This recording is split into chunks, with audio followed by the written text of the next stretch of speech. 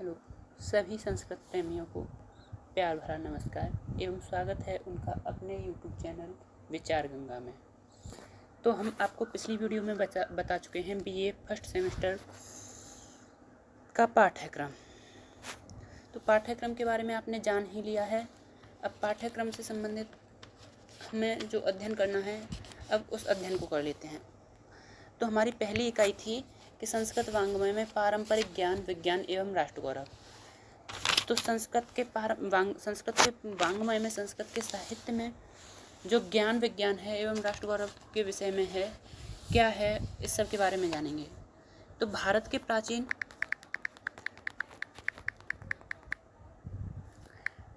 प्राचीन ज्ञान, विज्ञान का मूल स्रोत वेद माने गए हैं और इनकी संख्या 4 है, जो आप सभी को पता है। वो है ऋग्वेद, सामवेद, यजुर्वेद तथा अथर्ववेद। और प्राचीन भारत के साहित्य ग्रंथ वेद हैं, ये भी पता है। और दुनिया का सबसे प्राचीन लिखित ग्रंथ होने का गौरव भी वेदों को प्राप्त है। और हिंदू धर्म के मूल में इन्हीं ग्रंथों की भूमिका है। वेदों को ईश्वर की वाणी समझा जाता है।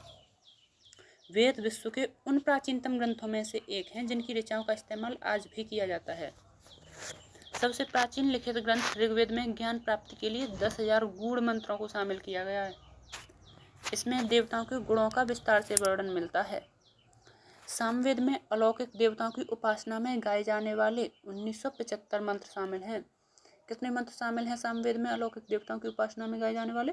1975।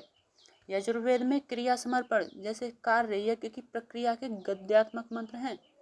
इनकी संख्या 3750 है।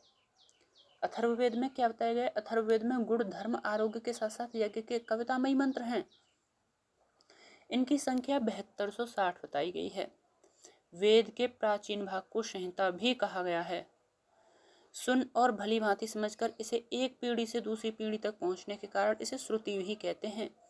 श्रीमद् भगवत गीता के अनुसार सबसे पहले अग्नि, वायु, आदित्य और अंगिरा ऋषियों को वेदों का ज्ञान प्राप्त हुआ था।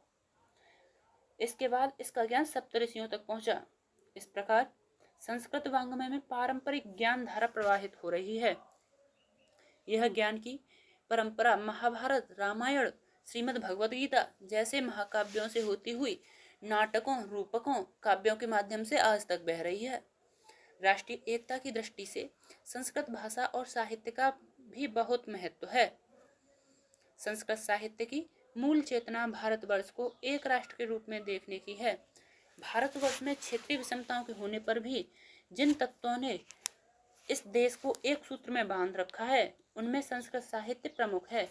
भारत के भूगोल को पुराणों ने इस रूप में प्रस्तुत किया है कि प्रत्येक नागरिक के मन में संपूर्ण देश के प्रति आस्था उत्पन्न हो जाती है। वह अपनी क्षेत्रीय भावनाओं को राष्ट्र के प्रति प्रेम के बृहत्तर आदर्श में विस्तृत कर देता है। संस्कृत साहित्य ने पूर्व, पश्चिम, उत्तर, दक्षिण के भेदभाव को मिटाकर प्रत्येक भारतवासी को भारतीय होने का स्वाभिमान प्रदान किया है।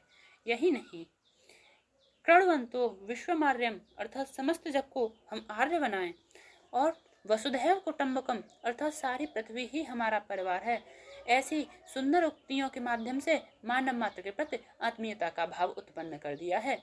इसी उद्देश्य से संस्कृत अध्ययन की अनुभूति की जा रही है। संस्कृत अध्ययन से हम अपने देश की प्राचीन संस्कृति को समझ सकते हैं।